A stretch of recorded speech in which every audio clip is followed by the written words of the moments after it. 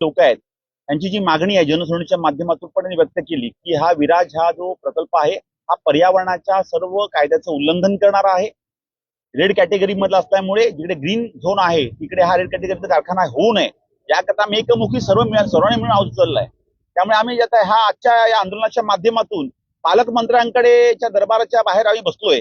जनता दरबार अर्थच सुरू आहे पण खरी जनता ही मागणी करते की कुठतरी हा प्रकल्प जो लोकांच्या विरोधातला आहे, पर्यावरणाचा प्रचंड ऱ्हास करणारा आहे, रेड कॅटेगरीतला आहे, नॉन एमआयडीसी झोन मधला आहे, सूर्या नदीच्या बाजूचा आहे, त्यांनी आजच्या जनता दरबाराच्या माध्यमातून रद्द झाल्याची घोषणा करावी तरच आम्ही असं समजू की या जनता दरबारामध्ये न्याय मिळतो। कारण जनता दरबार हे लोकांच्या तक्रार निवारणाचं केंद्र असतं।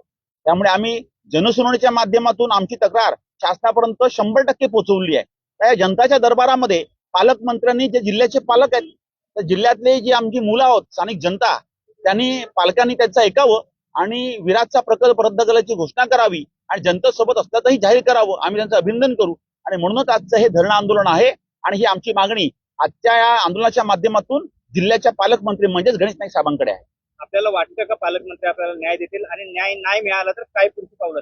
आता नाईक साहेब हे खूप वरिष्ठ नेते आहेत, ते स्पष्ट बोलण्याकरता प्रसिद्ध आहेत।